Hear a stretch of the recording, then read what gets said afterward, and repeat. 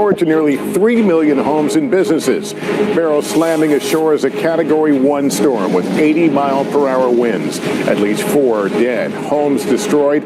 Neighborhoods underwater. In Houston, nearly a foot of rain flooding highways. The dramatic rescue, a man stranded on top of his truck, pulled to safety. Our team in the storm zone and the dangerous heat wave. 136 million under alerts tonight. Also this evening, President Biden vowing, "I'm not going anywhere," as calls grow for him to drop out. Mr. Biden daring dissatisfied Democrats to challenge him at the convention. It comes as White House logs reveal an expert on Parkinson's visited the White House 8 times in 8 months, including a meeting with the president's personal physician. The White House saying it can't confirm why he was there. The United plane losing a tire during takeoff at LAX, what the airline says happened. Boeing agreeing to plead guilty to a felony over 2 deadly 737 MAX crashes. Victims' families now slamming the deal. Comparing popular weight loss drugs, which is most effective? The new study. And 3 days that defined a generation. More than half a century later, the nationwide effort to collect memories of Woodstock. Evening and welcome. It has lost its status and a lot of its punch, but what is now Tropical Storm Beryl is leaving a deadly and tattered trail tonight as the former hurricane now powers its way from Texas and on into the center of the country. The storm, which forecasters have been tracking for nearly 2 weeks, was intensifying right up until making landfall in Texas as a Category 1 hurricane, contributing to the extensive damage on land, where it killed at least 4 people, cut off power to millions of homes and businesses, and dumped massive amounts of rain, a foot inundating highways in Houston.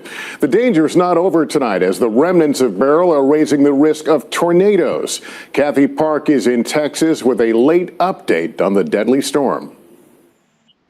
Oh, wow. Tonight, Texas taking a direct hit from Beryl, lashing the coastline with punishing winds and waves as a Category 1 hurricane. Communities completely underwater, while the force of the storm tore up entire homes. A tornado even reported in Jasper. Howling winds, people's houses flying by your house, roofs ripped off.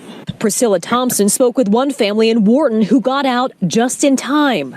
This massive tree came crashing into this home. The couple inside telling me they just narrowly escaped. We were in the living room and we moved away. That's where all the spiked wood came down from the ceiling, so we probably would have been killed. As the storm moved farther inland, Beryl showed no signs of slowing as conditions quickly deteriorated, with rainfall totals close to a foot in Houston.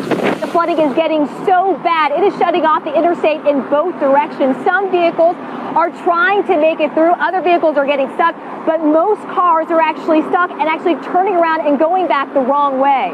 Cameras were rolling as this man was saved on another Houston highway. I think people are urgent to get somewhere, not realizing that if they drive through, they're going to be in a much worse situation. With wind gusts nearing 90 miles per hour, trees toppled onto homes. At least 4 Texans have died. Emergency and rescue crews in many communities, including Houston, racing to get people to safety. We're literally getting calls across Houston right now asking for first responders to come rescue individuals in desperate life safety conditions. The deadly storm now heading toward Arkansas, leaving behind a devastating path of destruction. And Kathy is in Houston now for us. How are the conditions there right now?